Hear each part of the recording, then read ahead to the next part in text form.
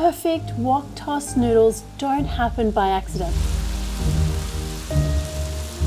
Everything from the perfect sear on your meat to the perfectly chopped vegetable and the crispiest fried egg. And my latest hack for getting those Char Siu pork vibes without all the work.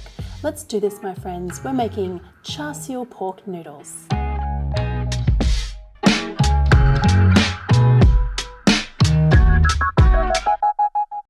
So Char Siu pork is a wonderful, wonderful thing, but the real deal does take a bit of time. Nothing wrong with that, but you know what? On a Wednesday night, I kind of want to feel some Char Siu pork vibes also. So here is my Char Siu pork hack. Let's do it.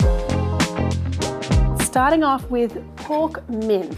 So I know mince is not the same as using the pork fillet, but we're gonna get the same kind of flavor, and we're using an ingredient that everyone has in the freezer all the time. Now the Char Siu sauce. So in my traditional recipe, of course, we make the sauce from scratch, but we're doing the cheats method today. So you can go ahead and use the store-bought version, which looks like this. Mix until everything is really well combined. For the stir-fry sauce, you just need some oyster sauce, a little bit of dark sweet soy sauce for some beautiful color, and some white vinegar. Okay, so vegetables now. We want to start with our spring onions here, and I'm going to take the time to finely slice the white part of the spring onion. That's going to act like an aromatic at the beginning of the stir fry, and then the green part here, I'm going to do a little bit fancy. So I'm going to slim down those stems, just slice through the green part, and then I'm going to cut them into battens, and they'll be a really nice garnish at the end. For the carrots, the trick is to slice them just thin enough so they cook, but still remain a little crunchy in the stir fry. I like to slice them lengthways and then cut through on the diagonal. I've also decided to use cabbage here. This is a Chinese cabbage, also known as Napa cabbage. The point though is that I want the cabbage to be nice and chunky so that it stays nice and crisp in the stir fry rather than wilting down and kind of getting a bit soggy. So now after all of that, we're ready to stir fry. Here's where it gets really important. So first of all, heat your wok up, and I'm using my Mako wok because it is pre-seasoned carbon steel. It is beautiful, it has a beautiful patina, it has a beautiful flavor, it has beautiful everything. It also makes beautiful stir fries. I just said beautiful a million times, but that doesn't matter. Heat it up till it's really, really hot, add the oil in, and then put the pork in.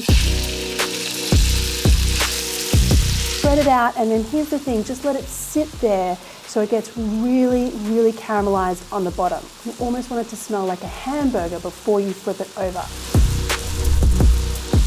See this color here? This is what I'm looking for. That took a good 5 minutes at least. So once you've got that color, then you can start chunking it up. Just use your spatula, break it up, flip it over. I'm gonna keep that pork in nice little chunks. It's a good way to have a different texture with your pork mince without it being like pork mince. You know what I mean.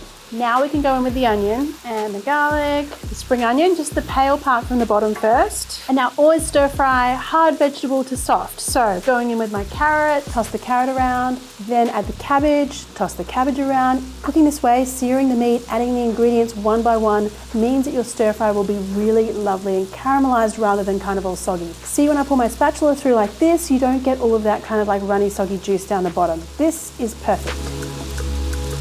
Now I'm going to add in my cooked noodles. You could use any noodles you like. I have egg noodles here. Add your stir fry sauce, toss it all around, keep tossing it around. So you can see here that the sauce is all sticky and glossy. Admire how beautiful your stir fry looks at this point. This is looking perfect. Now add in the green part of the spring onion, and we are done here. Oh my goodness, it really is a thing of beauty. It's that glossy sauce, the sticky noodles, amazing. Serve that out onto a plate. And I think a really easy addition here is to add a crispy fried Asian egg. Now this is really simple. You just heat up some oil in your wok, crack your egg in, and you should immediately start to see some bubbles, hear it crisping up, and then use your spatula to kind of splash the oil over the top of the egg. Once the edges are really nice and brown, that is your crispy fried Asian egg. And here we go. So yum.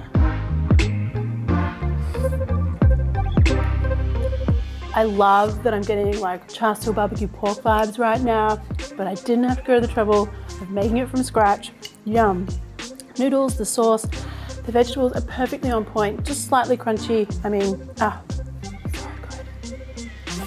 good.